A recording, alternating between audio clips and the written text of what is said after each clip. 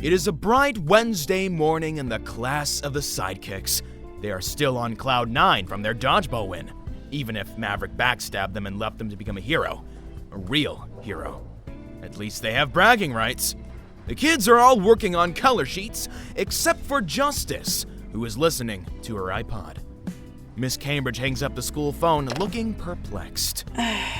Okay, kids. I'll be back. The dean has just called me into the office. Justice, you're in charge. I'd rather not. Oh, I'll only be a few minutes. Miss Cambridge walks out of the classroom. Justice stands in front of the class, looking irritated. Derek and Calvin run around the classroom. Cassie gets up and walks over to Ashlyn, who is drawing. What are you drawing? Do you ever notice that Miss Cambridge is really weird? Like, how? Okay, remember when she met my dad? She got in a weird position, like she wanted to beat him up or something. Doesn't everyone want to beat him up? He's a villain. Yeah, but normies don't do that. They usually just cower in fear. What are you guys talking about? Nothing. Miss Cambridge. Meanwhile, Miss Cambridge walks to the dean's office. She gently knocks on the door and Dean Steelfire motions for her to take a seat. Miss Cambridge, thank you so much for meeting with me. I'm sorry it's taken us so long to do this. Don't worry. I know you probably have a busy schedule, Dean Steelfire. Yes. Well, anyways, let's go over your reason for being here. To train little superheroes to further their enhancement of their budding superpowers. Right? Not exactly. See, it's come to my attention that Maverick has come into his powers, which is great. However, most of these students are on a sure path to sidekickism. Even the plunger? Who? Derek? Right. Derek.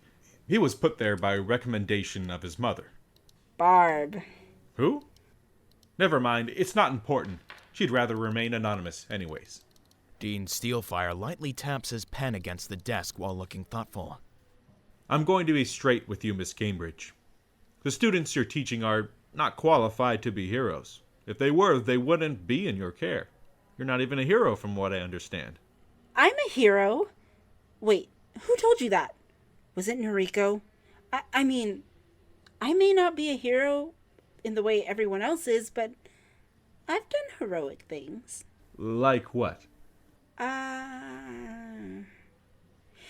There was a time that... There was a cat in a tree, and I saved it. A cat in a tree, how cliché. Apparently the cat didn't like me, and didn't actually need saving. It tore my dress up. Back in the classroom, the kids have gone from sidekicks to detective status. You think that Miss Cambridge, is a superhero? Okay, you never know what is behind that meek and mild girl next door.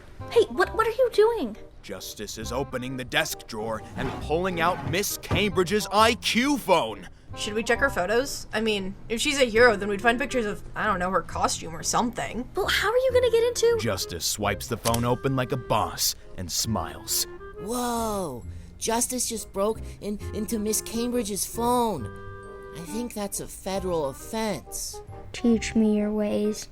Calm down, the phone wasn't even locked. Why didn't you think of that, Ashlyn? Because I'm not a hardened criminal. But your dad is. Apparently.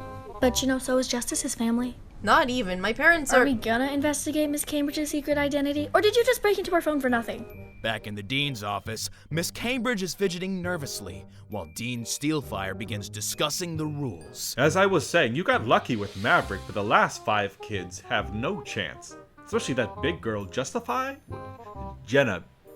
Dean Steelfire looks at Miss Cambridge for a confirmation on any of these names, but Miss Cambridge shrugs. For the record, it's Justice. It's not a hard name to remember, you guys. I mean, you all fight for it.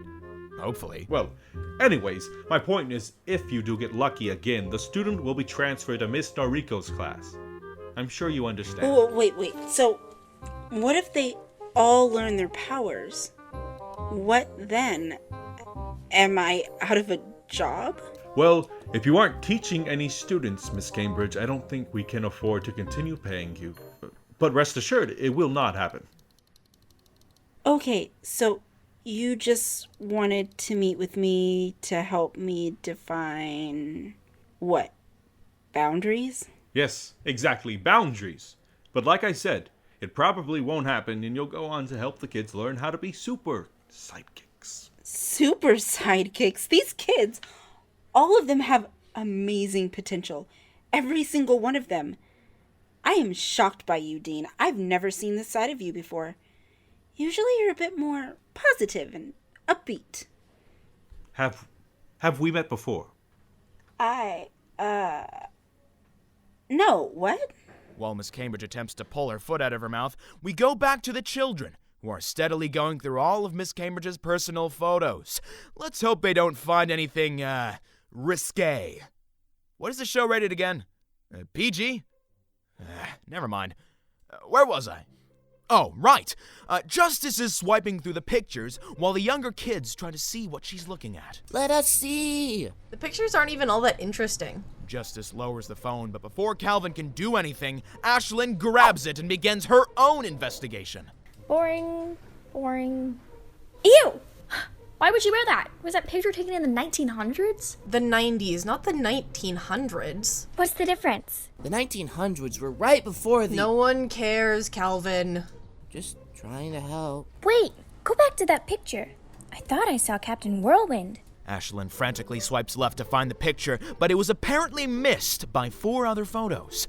Once the picture is found, all 5 kids... I'm not a kid. Stop calling me that. Well, someone is sensitive. Fine, the 4 children and the preteen... I'm not a preteen either. They all peer down to look at the picture. Miss Cambridge is leaning her head on a masculine, dark-haired man who has similar features to Captain Whirlwind. Well, minus the ridiculous costume. I heard that. Why don't you say that to my face? Why is he here? He's not even in this episode. Rumor has it, the writer loves my voice. Maybe I'm a shoo-in for your job. What? But I just got here like 2 episodes ago. Oh, you're kidding, aren't you? You are kidding, right? I mean, she can't just change narrators like that. Where's the consistency? Captain Whirlwind, where'd you go? Get back here, I wasn't finished! Can we get back to the story? Right, the story, because I'm the narrator. The kids find a picture of Miss Cambridge with a man, blah blah blah, looks like Captain Whirlwind. Ashlyn peers down at it closer. His chin's similar to Captain Whirlwind, but they need more proof.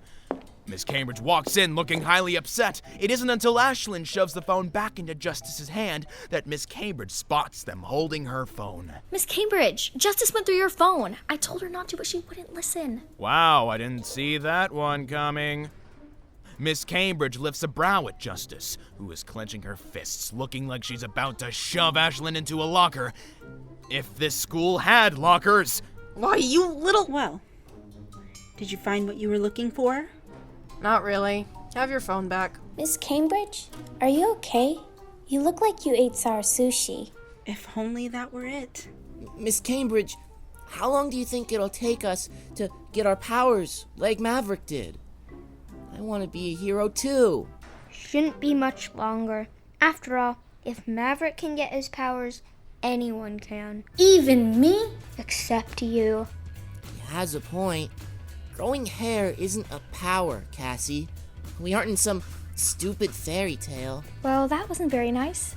Counting things isn't power either. It's common knowledge, idiot. I can count things accurately. That is too a power. Besides, being a human crayon isn't so great either. Ashlyn, you're never gonna be a Miss Cambridge, the kids are being kids. What do we do? As Miss Cambridge turns to see what was once a peaceful classroom 20 minutes ago, it is now a disaster area. Calvin and Ashlyn are fighting like rabid animals, yelling insults at each other. Derek has pulled out his Nintendo 31S, and Cassie is still sobbing in a corner. Guys, chill. I have an announcement. No one is listening. Another shocker. I said knock it off. I need to tell you before... Still, the arguing continues. I said shut...